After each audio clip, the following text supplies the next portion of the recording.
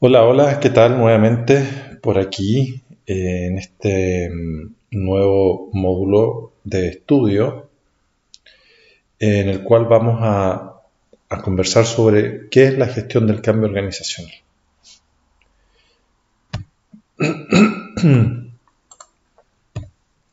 En esta clase veremos la gestión del cambio organizacional desde un paradigma de la física clásica y también desde una mirada de productividad.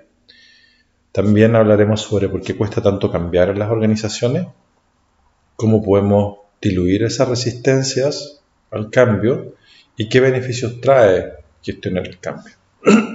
Esto sirve mucho o me ha servido mucho para poder, como consultor, tratar de ir a sensibilizar a, a las organizaciones y a mis futuros clientes, ¿cierto?, sobre de qué se trata todo este proceso de cambio, ¿ya?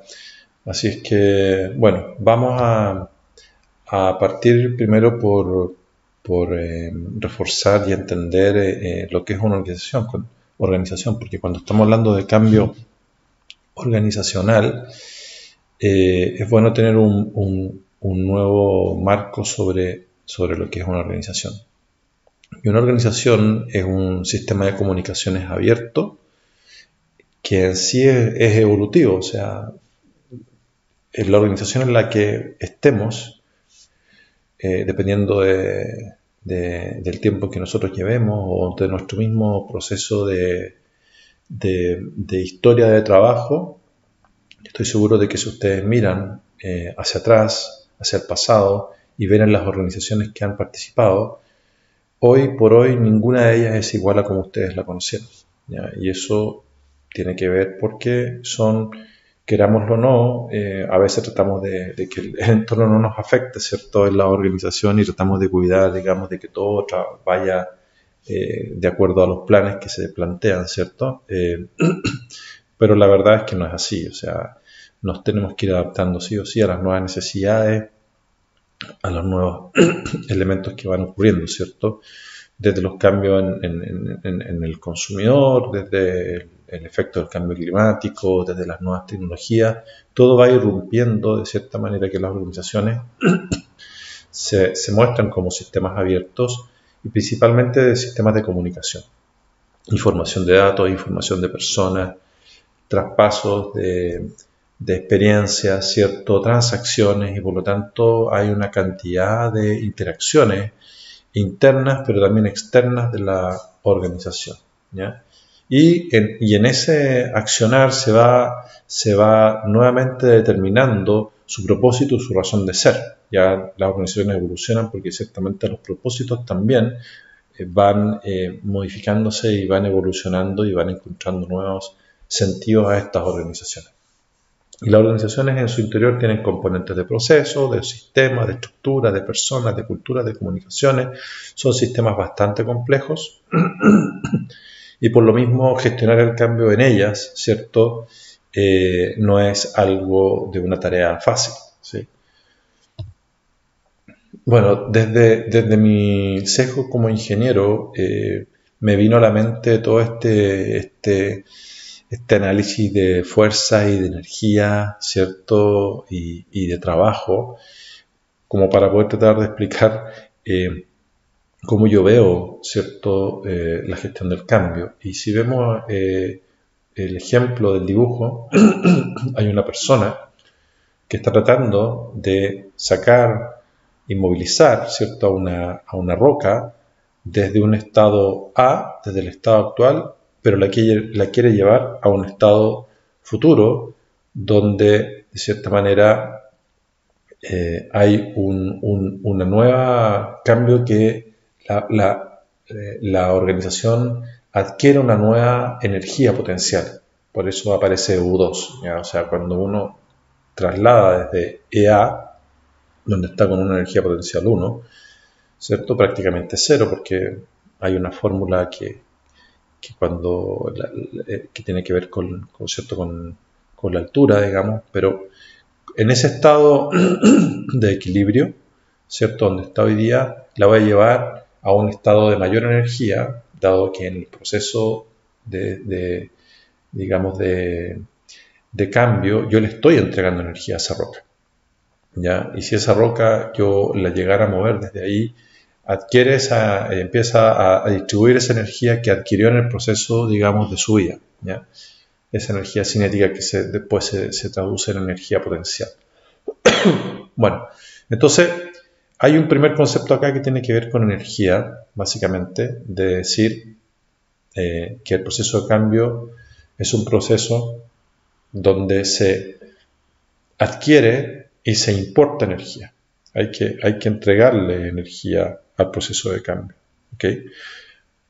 Requiere de un esfuerzo energético organizacional importante el proceso de cambio, ¿ya?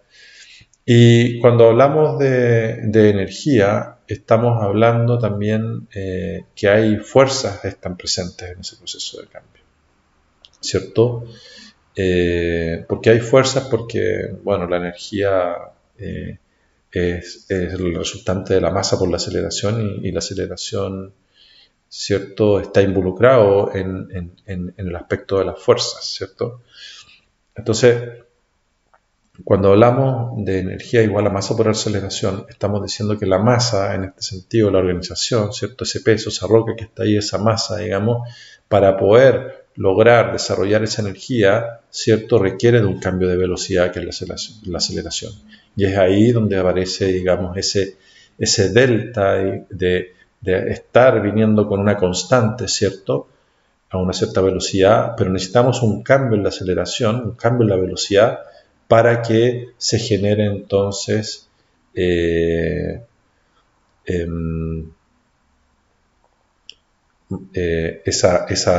¿cómo se llama?, esa energía, ¿ya? Rectifico un detallito en la fórmula de energía: masa por aceleración al cuadrado, ¿ya? Entonces, bueno, el tema es que en los conceptos principales aquí estamos indicando que el cambio requiere de energía, y el cambio requiere de un cambio de la velocidad, que es la aceleración, ¿ya? Y hay una masa que se ve incorporada en este cambio, ¿ya?, que representa la organización. Y si nosotros luego no somos capaces de mantener fuerzas en el estado futuro que sostengan esa roca, ¿cierto?, en su nuevo estado deseado, nos pasa que volvemos a foja cero de cierta manera, y la inercia de la organización tiende a su estado más normal, que era el estado en donde estaba antes, ¿ya? Y por lo tanto podemos perder todo lo que hemos realizado. Otra mirada es ya desde el aspecto de la productividad. Esta es una fórmula de productividad en donde tenemos que la dotación, tenemos que la productividad es el resultante de la productividad total de los factores, PTF, por la dotación de capital, ¿cierto?, y la dotación de trabajo en relación inversa a la dotación de capital. Lo que dice esta fórmula dentro de los paréntesis es que en la medida que yo invierto capital en la organización, capital tecnológico, por ejemplo, capital activo de maquinarias, uno lo hace porque está logrando que sustituyendo una parte de dotación de trabajo en ese sentido, ¿ya? Y con eso, a invertir eso, se logra que a multiplicarlo por el factor de productividad del progreso técnico, ¿cierto?, se obtenga de que antes, si yo estaba haciendo una línea manual de construcción de celulares, ¿cierto?, que lo estaba haciendo con 100 personas y hacía 1000 celulares por hora con 100 personas, al introducir dotación de capital, ¿cierto?, yo estoy esperando que esa sustitución de esa mano de obra me permita aumentar la productividad, ya no hacer 1000, sino que pasar a hacer 10.000 unidades por hora al incorporar dotación de tecnología o de capital o de activos, ¿cierto? El tema es que a veces, no a veces, sino que muchas veces pasa de que uno hace ciertas inversiones y las productividades que uno estaba pensando no se logran, ¿ya?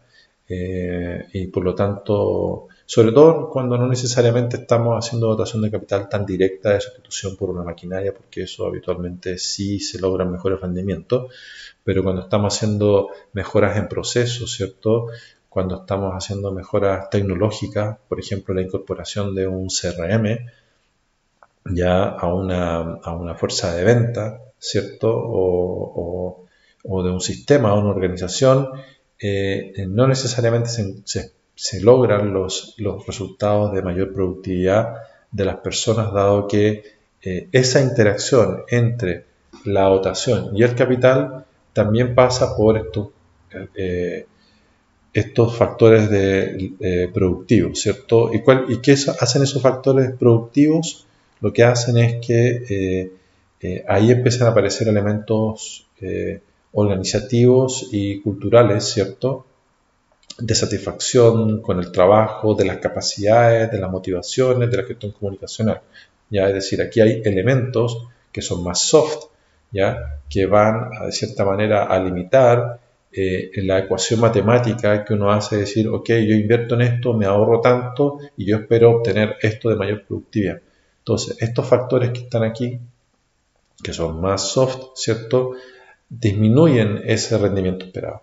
¿Ya? Y ahí tiene que ver el concepto también de la gestión del cambio. Si lo vemos en Chile, el crecimiento anual, si se fijan, de productividad total de los factores agregada, va disminuyendo en el tiempo, ¿ya? Siendo que Chile, uno puede decir, hasta el 2017, ¿cierto? Ha habido mucha inversión en términos de capital y en términos también de mejor capacitación de mano de obra. Sin embargo, los rendimientos productivos vienen a la baja. Entonces, también uno puede observar que hay factores que van más allá necesariamente del desarrollo de las competencias y la incorporación de nuevas tecnologías que están impactando en no lograr mejoras en nuestras capacidades productivas y que tienen que ver con lo que mencionábamos antes, ¿cierto? El tema de la forma de organizarse, la forma de liderar, la comunicación, ¿cierto? El factor cultural, ¿cierto? Bueno, acá tenemos tres niveles de la gestión del cambio. ¿Ya? Tenemos un nivel de cambio individual, un nivel de cambio de equipo y un nivel de cambio organizacional. Esto ya lo hemos venido conversando también en lo que era la clase de la teoría de la gestión del cambio, ¿sí? Pero siempre nunca olvidarlo porque uno va trabajando de forma distinta cada uno de estos niveles de gestión del cambio, en la medida también de lo que va requiriendo el proyecto. Bueno, ¿qué tipo de resistencia debemos superar en un proceso de cambio? Volviendo a la analogía de la roca, ¿cierto? Habitualmente nos pasa esto, que como se genera un proceso de cambio, el líder está tratando de impulsar este proceso de cambio y habitualmente se siente muy solo. Pero ya vimos lo que nos recomendaba, lo que nos sugería Kotter, de esto no hacerlo solo, sino que hacerlo con un equipo de coalición, ¿ok? Y en ese sentido, para lograr disminuir las resistencias propias de un proceso como el que vemos aquí, o sea, movilizar, sacar del status quo, ¿cierto? Que tiene que ver con el romper la inercia de esa organización, de esa tremenda piedra, ¿cierto? De sacarla de su posición, ya en sí genera un tremendo desafío para cualquier tipo de proceso de gestión del cambio.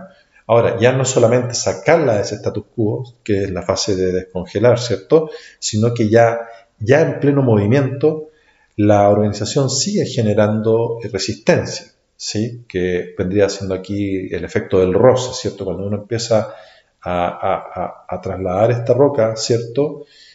Por arena, no es lo mismo que trasladarla sobre ruedas, ¿cierto? Entonces, lo que estamos tratando de hacer es disminuir ese roce dinámico, ¿cierto?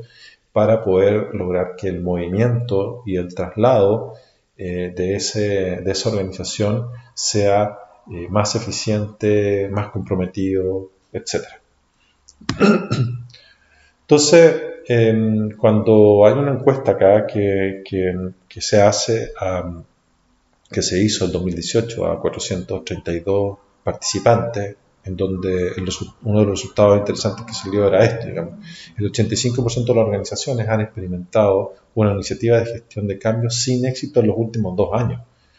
Por lo tanto, esto de la gestión del cambio es sin duda una necesidad, pero que muchas organizaciones a veces no se dan cuenta de lo relevante que puede ser, ¿ya? Y por desconocimiento principalmente de que existen procesos para trabajar profesionalmente la gestión del cambio, ¿ya?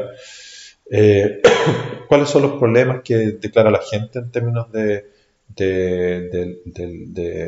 estos resultados, de por qué se dan? Principalmente la resistencia, la poca claridad, los miedos, hay confusiones, ¿cierto? Se asumen ciertas cosas, prioridades inconsistentes. Entonces empiezan a conocer un montón de aspectos que son súper relevantes para poder considerarlo en una gestión del cambio profesional, ¿ya? Problemas de comunicación, de malentendimiento, entre otros. En esa misma encuesta se les preguntaba ¿cómo se llama? A los líderes de las organizaciones, ¿cierto? Y se diferenciaron en aquellas organizaciones que tenían alta performance, ¿cierto? Versus aquellas que tenían baja performance organizacional. Y la primera pregunta es si los empleados eran capaces, ¿cierto?, de generar planes de cambio. Y en el caso de las organizaciones de mayor performance, ¿cierto?, solamente el 33% cree que son posibles de realizar un plan de cambio. Lo mismo para ejecutar el plan de cambio, solamente un 32% creen que los empleados pueden ejecutar el plan de cambio y el 37% cree que puede sostener el plan de cambio. Y cambia radicalmente en aquellas organizaciones que no son de alta performance, ¿cierto?, con resultados del 13, del 19 y del 17. ¿Ya? Entonces, sí hay un tema relevante en términos de las capacidades de gestionar el cambio. Otra encuesta nos dice que 48% de sus participantes dice que los cambios tienen que ver principalmente y fracasan, ¿cierto?, estos proyectos de cambio por problemas humanos, de conducción, de comunicación, de conflicto, ¿ya? Más allá nuevamente de una decisión técnica, más allá nuevamente de si el proceso falló o no, tiene que estar vinculado con las personas. Y bueno, otros datos,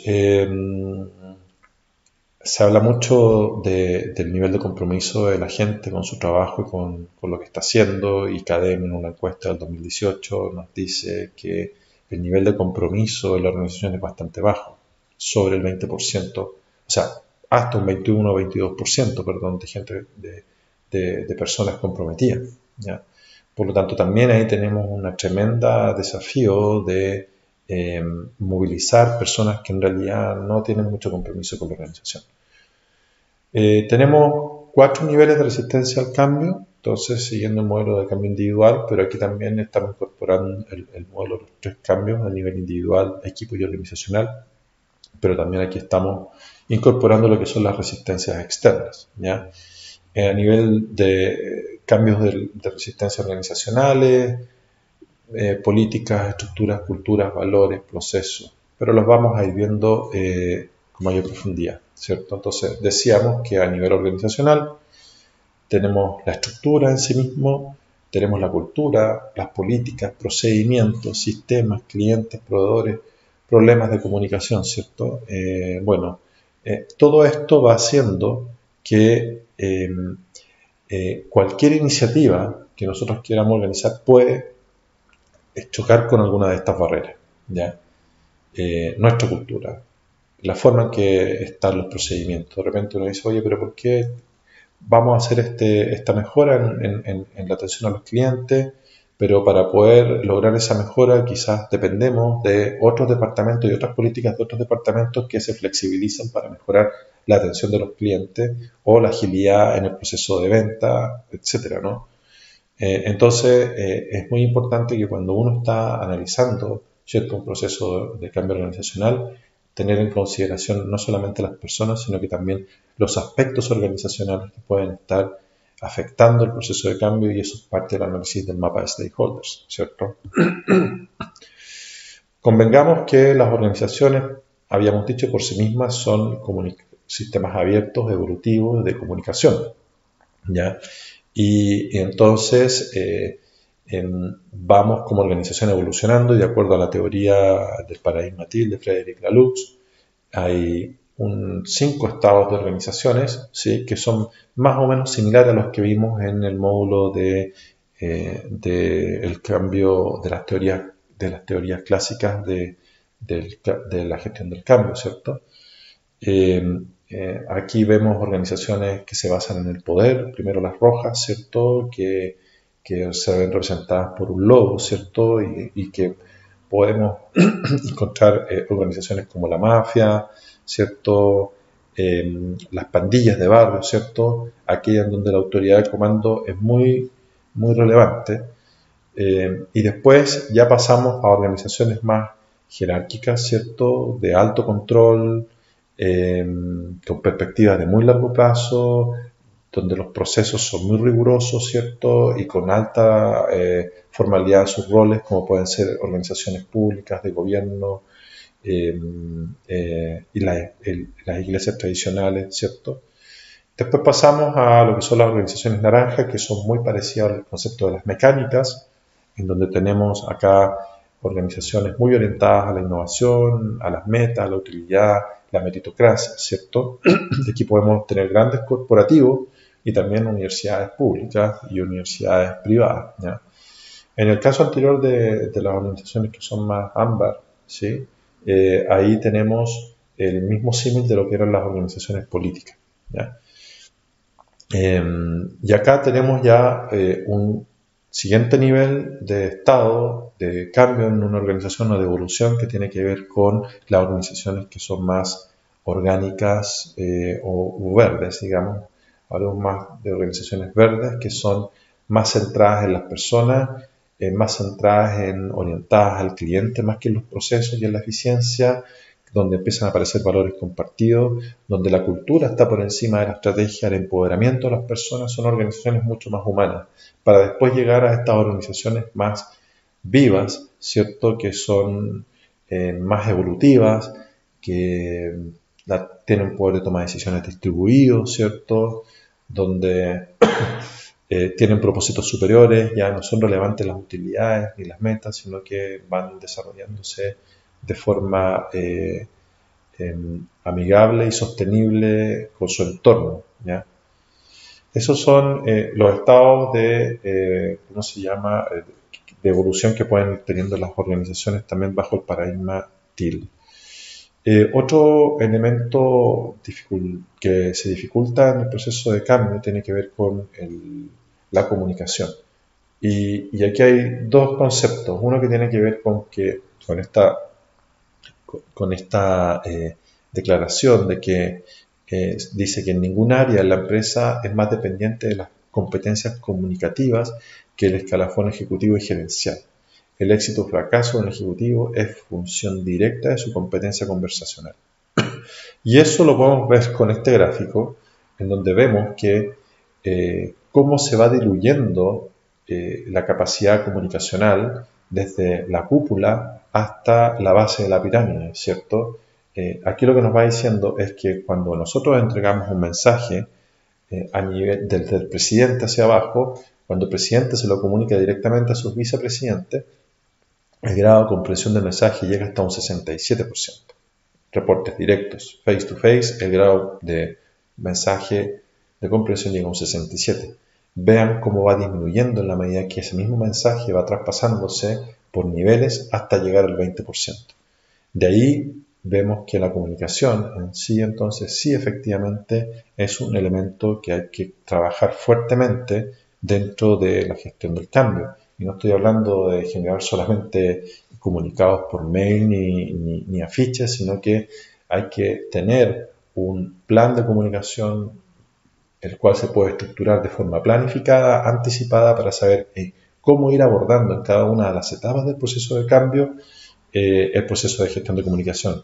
Ese trabajo nosotros lo vemos en el nivel 2 de cómo se arma ese plan de comunicación efectiva para la gestión del cambio.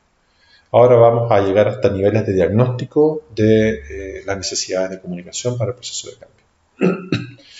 Otro elemento tiene que ver con el factor cultural, ¿cierto?, que es la cultura y que la cultura, digamos, va a afectar sin duda, pues tanto positiva como negativamente, el proceso de cambio que nosotros queremos realizar.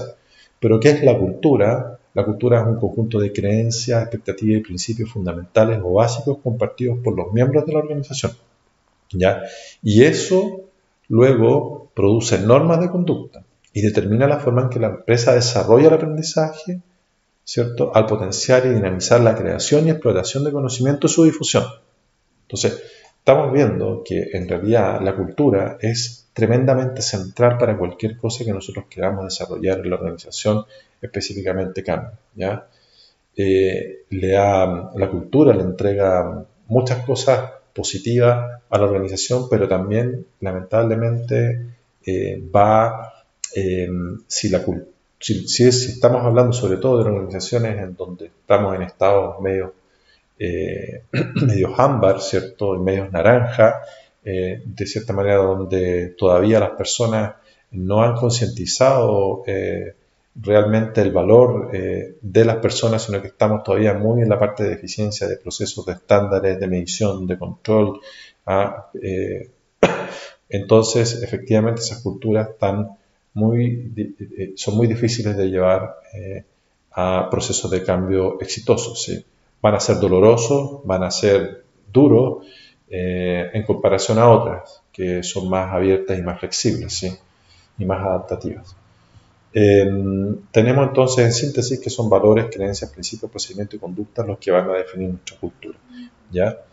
Y la cultura le ha permitido ir sobreviviendo a la organización. Es de alta valor para la organización la cultura y que les ha ido permitiendo ir adaptándose y la cultura también va evolucionando conforme a esas adaptaciones y se van incorporando nuevas creencias y nuevas conductas por la incorporación de nuevas personas, por los desafíos que han tenido que resolver, por la necesidad de supervivencia de la organización, por distintos factores.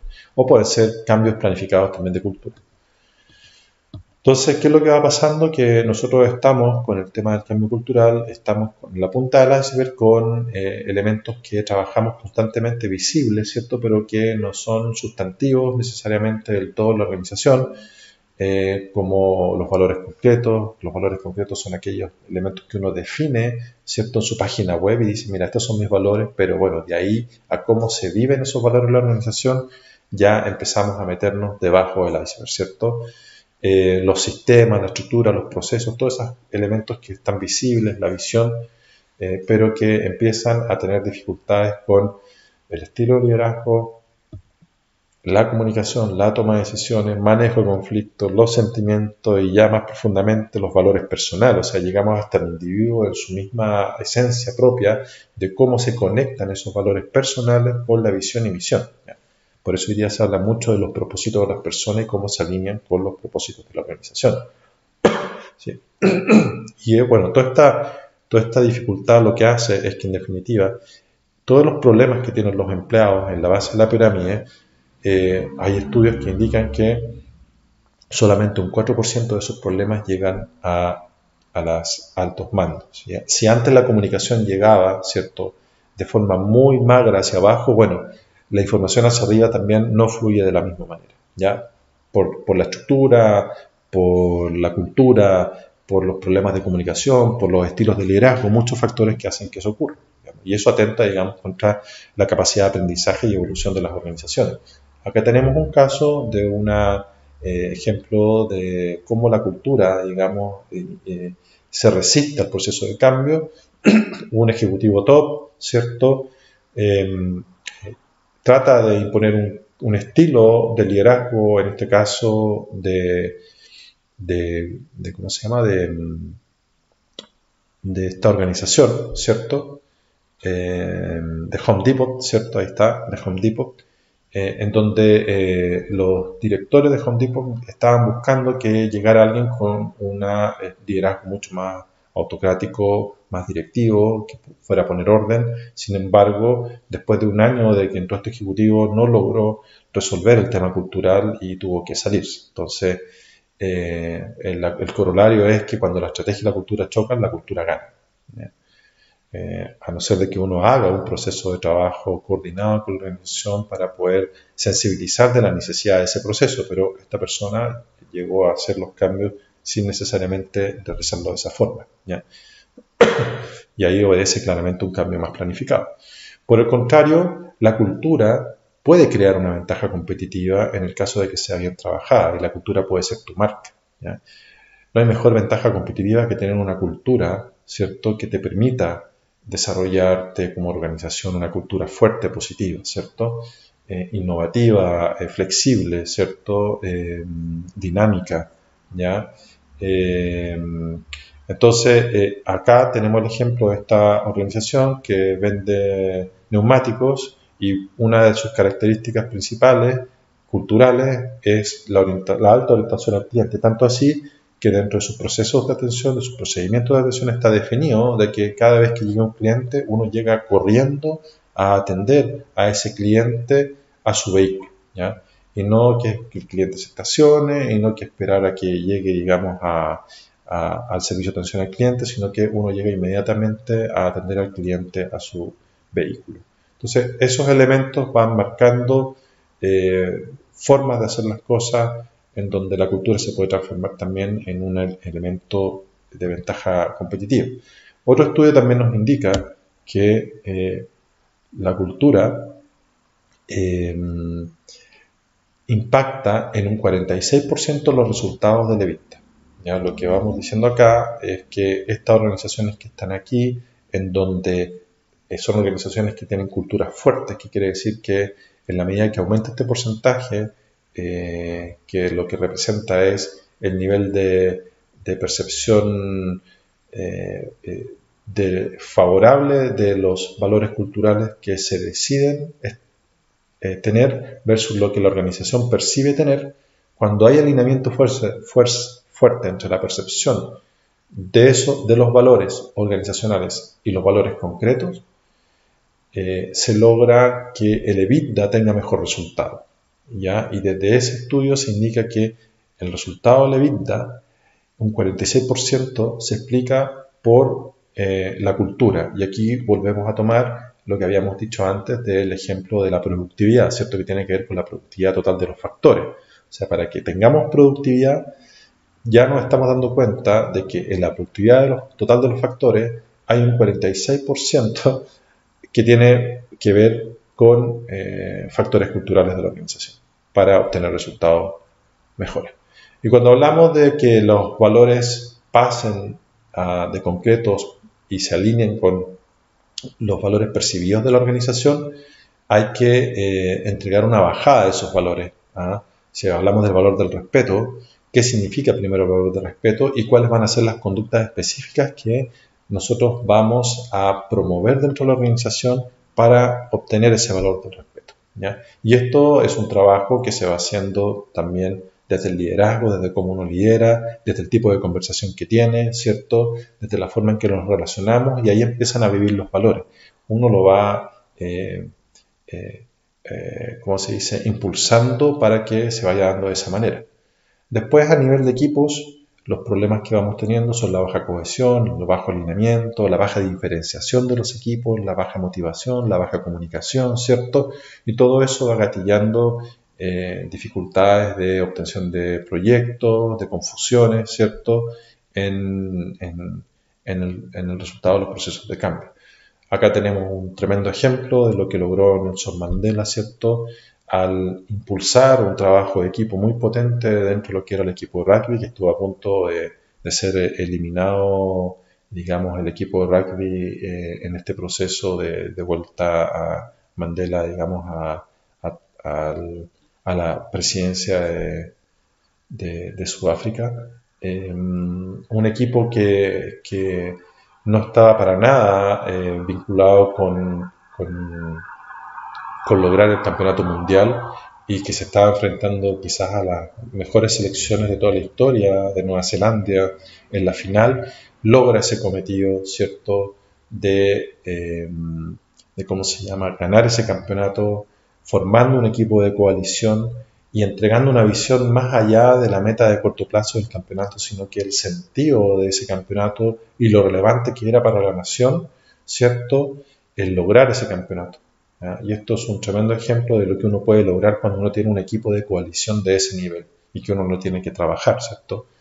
Eh, Cada uno en este equipo de rugby, es muy interesante analizar los equipos de rugby porque los equipos de rugby, a diferencia del fútbol, tienen, distintos equipos, subequipos dentro del mismo equipo que van entrando y van saliendo conforme va avanzando el partido, van avanzando las tácticas. ¿Ya? Entonces eso también es relevante de que acá tenemos alta diferenciación en el equipo en términos de la función y de lo que puede aportar, pero son equipos totalmente cohesionados y son equipos muy empoderados en lo que tienen que hacer. Bueno, aquí vemos cómo también la relevancia del líder, la relevancia del sponsor, en este caso Nelson Mandela, el líder, François Pinard, ¿cierto? Cómo fueron avanzando en este equipo de coalición. Ya hablamos anteriormente también de los equipos ágiles versus los equipos tradicionales, en donde tenemos esta jerarquía que va limitando de cierta manera el accionar de sus colaboradores versus lo otro que apuntan a autoorganización de los equipos y de las labores, con un facilitador como líder. ¿Ya?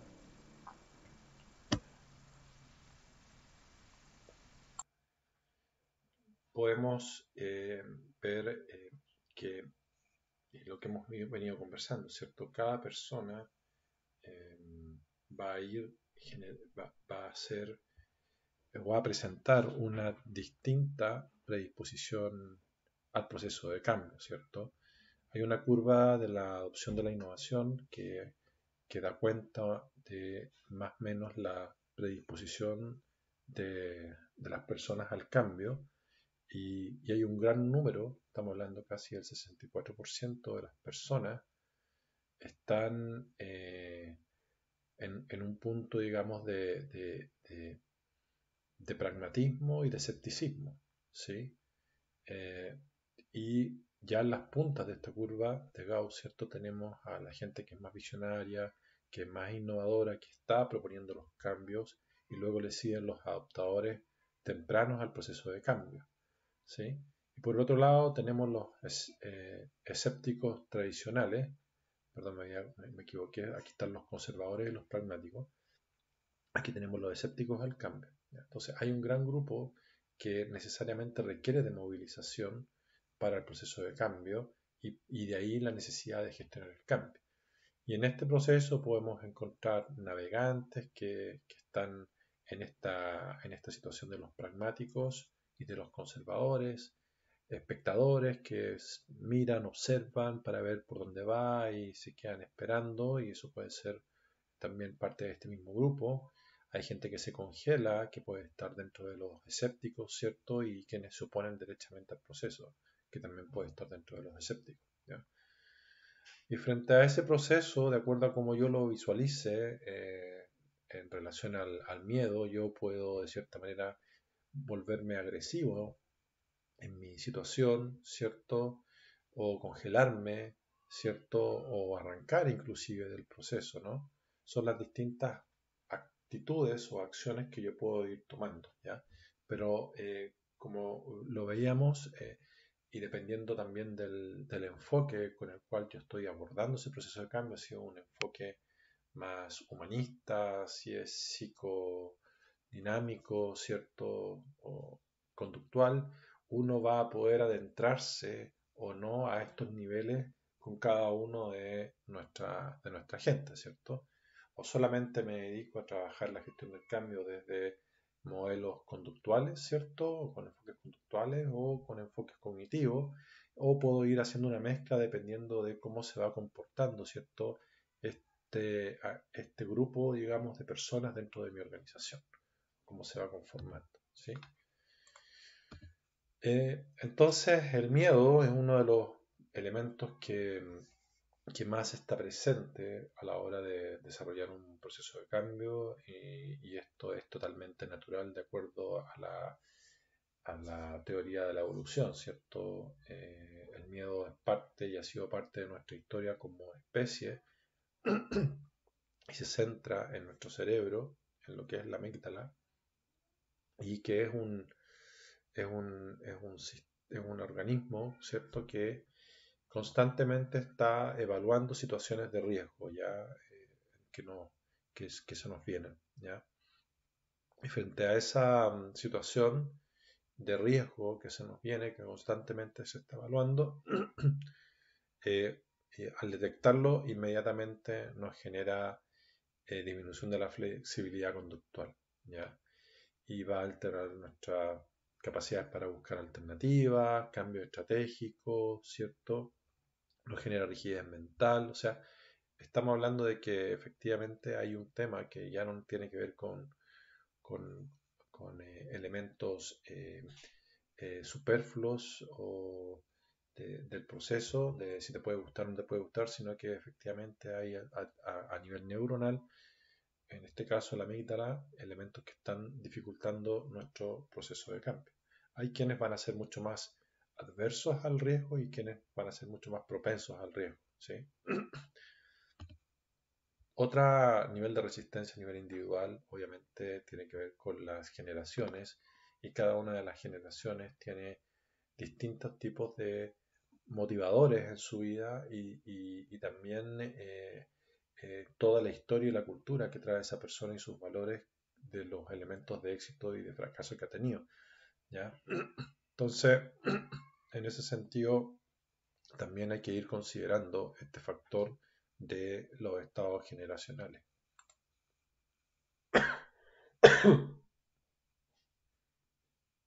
Eh, Cada persona es un universo en sí mismo y cada persona tiene un estilo de personalidad, ¿sí?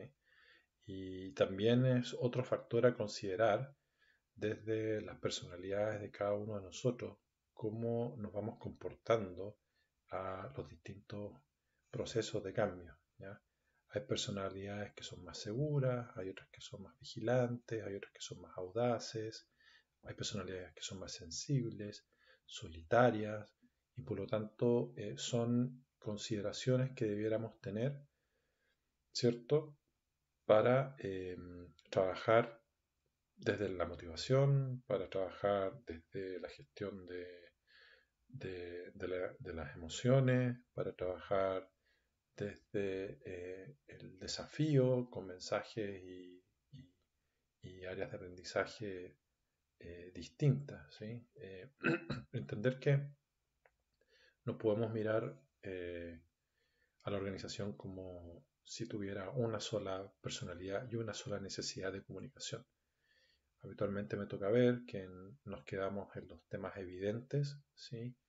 Y es clave y esencial para el proceso de cambio poder tener contacto con las bases, escucharlas, entenderlas, empatizarlas, para poder ir detectando dónde están las necesidades de cada una de esas personas en el proceso de cambio, ¿ya? ¿Cómo diluir las resistencias?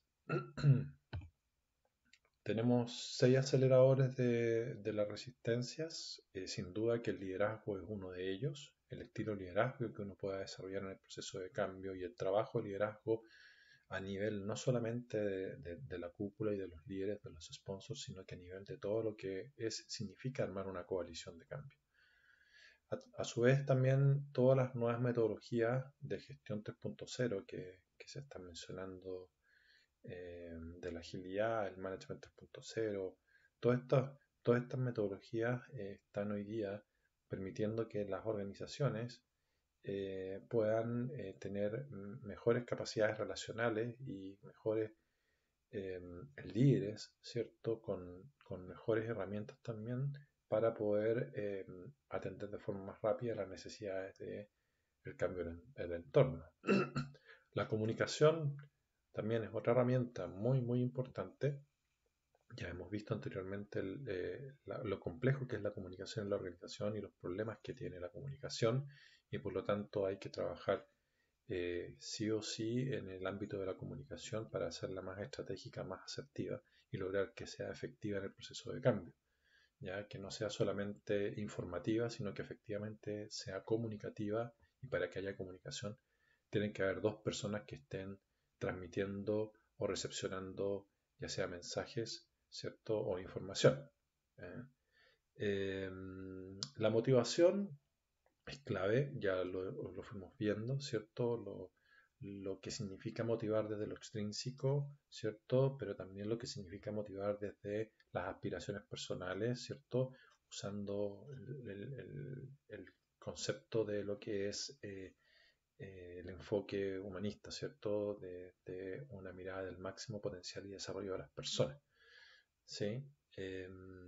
Luego el aprendizaje eh, y es de alto significancia. El aprendizaje en sí mismo implica el ampliar nuestros grados de conocimiento y al ampliar nuestro grado de conocimiento estamos ampliando también nuestras capacidades de adaptación, ¿sí? Por lo tanto, es muy relevante gestionar el aprendizaje más allá de las tradicionales capacitaciones que se dan, ¿cierto? E inclusive ya no es el aprendizaje, sino que es el cómo yo aprendo a aprender. Esa es como la gran tendencia de hoy, ¿ah? Que las personas generen sus propios procesos de aprendizaje de acuerdo a sus propias necesidades, autónomas en ese sentido y que vayan generando, digamos, experiencias nuevas en su desarrollo. Por último, la innovación, ¿sí? Que la innovación es ya una acción concreta de salir de esa zona de confort, ¿cierto? Y atreverse a desarrollar ideación, empatizar con mis necesidades, las necesidades del del entorno, ¿cierto? Para prototipar diferentes ideas de soluciones y medir qué es lo que va generando esta nueva inserción de innovación en el proceso que estoy tratando de mejorar. ¿Ya? Entonces, gestionar estos 6 elementos a nosotros nos va a ir ayudando en acelerar y direccionar y hacer más eficiente, más colaborativo, más participativo, más comprometido, ¿cierto?, el proceso de cambio. Algunos conceptos para ir profundizando en relación a estos modelos de aceleración, la creatividad, ¿cierto? Eh, la capacidad de improvisación, adaptabilidad e innovación, ¿ya? Fuente importante de introducción de cambios productivos en los métodos de trabajo, ¿ya? Eh, por lo tanto, el tener una cultura creativa y estar en constante evaluación de nuevas ideas ayuda a ir flexibilizando, ¿cierto?, nuestras rigideces, ¿cierto?, e ir permitiendo mejorar nuestras capacidades de cambio, ¿ya? Y en el mismo proceso de cambio, tratar de generar espacios para que las personas puedan participar desde la creatividad, ¿cierto?, donde hay mayor apertura a proponer soluciones al desarrollo del proceso de cambio. El aprendizaje, ¿sí?, que es la capacidad de generar ideas, cambiar la forma de entender las cosas y afrontar las dificultades de manera distinta, derivada paralelamente al desarrollo de la actividad ordinaria del sujeto. O sea, nos está diciendo claramente que en la medida que nosotros vamos aprendiendo, nosotros estamos afrontando las dificultades de una manera distinta, ¿sí? Estamos generando nuevas capacidades y entregando habilidades de competencia al individuo para aprender. Otras definiciones que también me parecen muy relevantes, que el aprendizaje, este proceso de adquisición de conocimientos, pero a través de la experiencia, ¿ya? Si es solamente conocimiento en el cual no lo aplico, en definitiva no me conduce a un cambio de comportamiento, ¿ya? Básicamente lo único es que me amplía mi espectro de, inclusive uno podría decir que pudiera, el conocimiento o el excesivo conocimiento pudiera limitar mis acciones de comportamiento si es que no las llevo a la práctica, ¿ya? Porque pudiera sugerirme muchas cosas que desde la teoría o desde las experiencias inclusive de otros pudieran haber resultado bien o mal, pero en definitiva uno hace su propio destino en ese sentido de acuerdo a sus propias habilidades y competencias y lo que yo pueda hacer con ese aprendizaje en la experiencia, ¿cierto?, va a conducir en mi comportamiento en relación a eso, ¿ya? Así que Creo que es muy relevante en el aprendizaje tener experiencia concreta para evaluar esa experiencia concreta. Y ahí nos volvemos a el enfoque que hablábamos de cambio de psicodinámico, ¿cierto? En donde está esa conversación reflexiva sobre, perdón, el enfoque cognitivo, ese enfoque cognitivo en donde me está hablando de los resultados que yo estoy esperando y cómo los voy logrando, ¿cierto? A través de la experiencia. Y por otro lado, el aprendizaje no es solo una adquisición de conocimiento, sino que su aplicación a través de hacer algo diferente en el mundo. Y eso también es interesante, o sea, atreverse a hacer algo diferente desde la aplicación. Y ahí estamos gestionando conocimiento, lo aplicamos, pero, ¿cierto?, en una situación distinta de la que estamos acostumbrados a realizarlo y por lo tanto nos obliga a salir de la zona de confort y a aprender de esa experiencia. El proceso de aprendizaje es un proceso en el cual, si uno ya quiere verlo desde una mirada más planificada, ¿cierto? Lo ideal sería que en el grupo de intervención, ¿cierto? En el proceso de cambio, en el grupo de colaboración en el proceso de cambio, podamos identificar cuáles son esos objetivos de aprendizaje, perdón, podamos identificar cuáles son esos objetivos de aprendizaje que queremos desarrollar en el grupo, que pueden ser mejorar la calidad de trabajo en equipo, mejorar los liderazgos, etcétera, ¿ya? Objetivos que queremos ir desarrollando en el aprendizaje para el proceso de cambio. Luego, definir ciertas estrategias tácticas de aprendizaje, cómo vamos a ir definiendo esas estrategias tácticas de aprendizaje, estrategias evaluativas también de los resultados de aprendizaje y con qué contenidos y recursos vamos a ir desarrollando ese aprendizaje para que sea lo más eficiente y focalizado y segmentado posible. ¿Ya? Y algunos tips, entonces, hacer propio el nuevo conocimiento donde se involucran aspectos cognitivos, sociales y culturales. El aprendizaje en sí lleva una connotación social, lleva una connotación de vinculación y cultural, ¿cierto? Eh, y como estamos apuntando al autoaprendizaje también, la idea es que vayamos generando, ¿cierto?, un traspaso progresivo del control ¿ah? Para lograr la autonomía de los aprendices, ¿cierto? Y que ellos por sí mismos se vayan dando cuenta de sus necesidades de aprendizaje a través del traspaso progresivo del control. Que exista un proceso evaluativo para medir el grado de traspaso de ese control, si efectivamente se está acercando o no se está acercando al autodominio de sus capacidades de aprendizaje. Y ya lo habíamos dicho que el aprendizaje requiere de interacción social, sobre todo si estamos trabajando en procesos de cambio que involucran a muchas personas de la organización.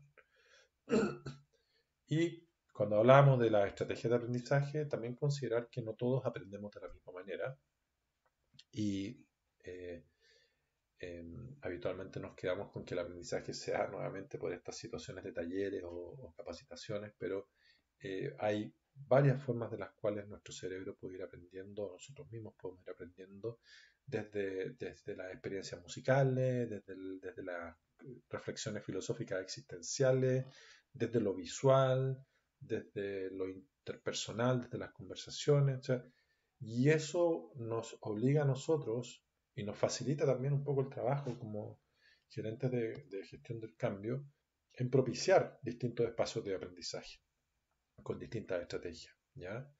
En espacios de conversaciones, en espacios de distracción, en contacto con la naturaleza, desde la lógica, la ciencia, ¿sí? Entonces, tenemos que ir buscando distintas instancias que vayan permitiendo que las distintas capacidades de aprendizaje en nuestra organización vayan pudiendo ir desarrollándose e ir aprendiendo lo mejor desde las técnicas que podamos ir implementando con las personas, ¿cierto? El proceso de aprendizaje de por sí lleva un proceso en el cual de tiempo eh, va a implicar posiblemente una disminución de tu capacidad productiva. ¿Ya? Cuando uno está acostumbrado a hacer algo de una misma manera y le dicen ahora tenemos que empezar a hacerla de otra y tengo que empezar a aprender, bueno, ese proceso de aprendizaje hace que mi rendimiento ya no sea el mismo.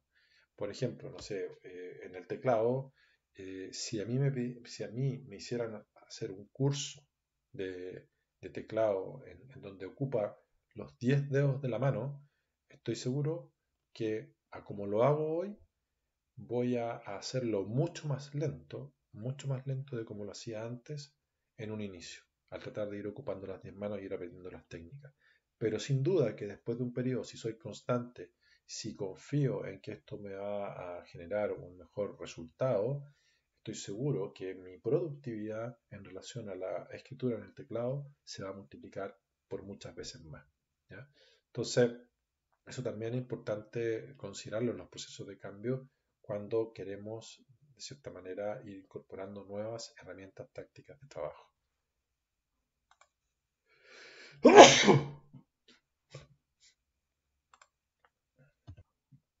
Efectivamente, este aspecto del pensar y del nerviosismo, este espacio psicológico y de factor emocional, están ahí presentes y son herramientas y son elementos que van haciendo que ese proceso de aprendizaje vaya teniendo el desempeño que acabamos de ver sobre la curva, ¿cierto?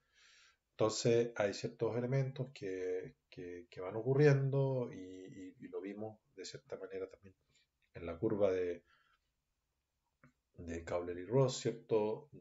O en la curva de Kurt Lewin, ¿cierto? Cuando empiezan a ver estas caídas, digamos, de la moral o empieza a ver estas caídas de productividad, que parte de eso también tiene que ver con los miedos y eso nos va generando a nosotros emocionalidades y distractores mentales que van haciendo de que nosotros vayamos eh, de cierta manera, desconfiando inclusive de nuestras capacidades para enfrentar este proceso. ¿Sí?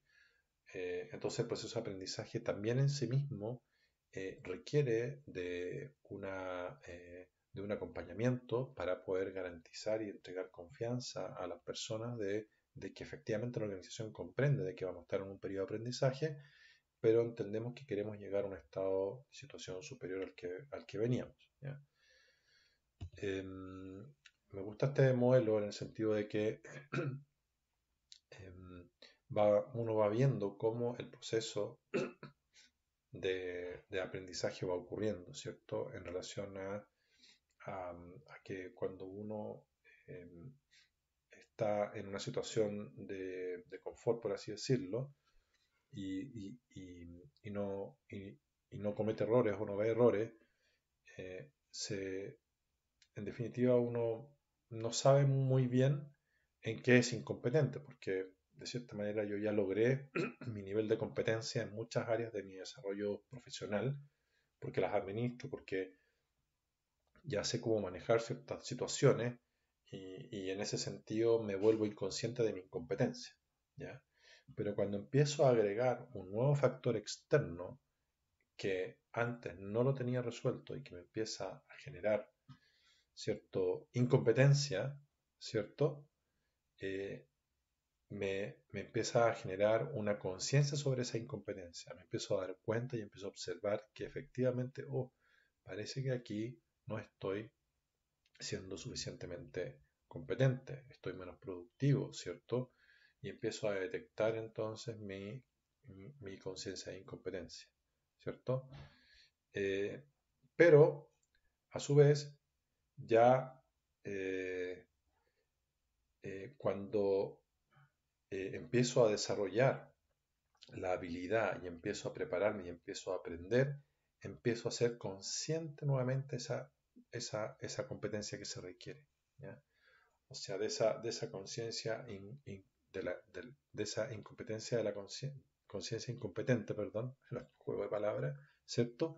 Paso hasta a ser consciente de esa competencia, ¿ya? En el proceso de aprendizaje.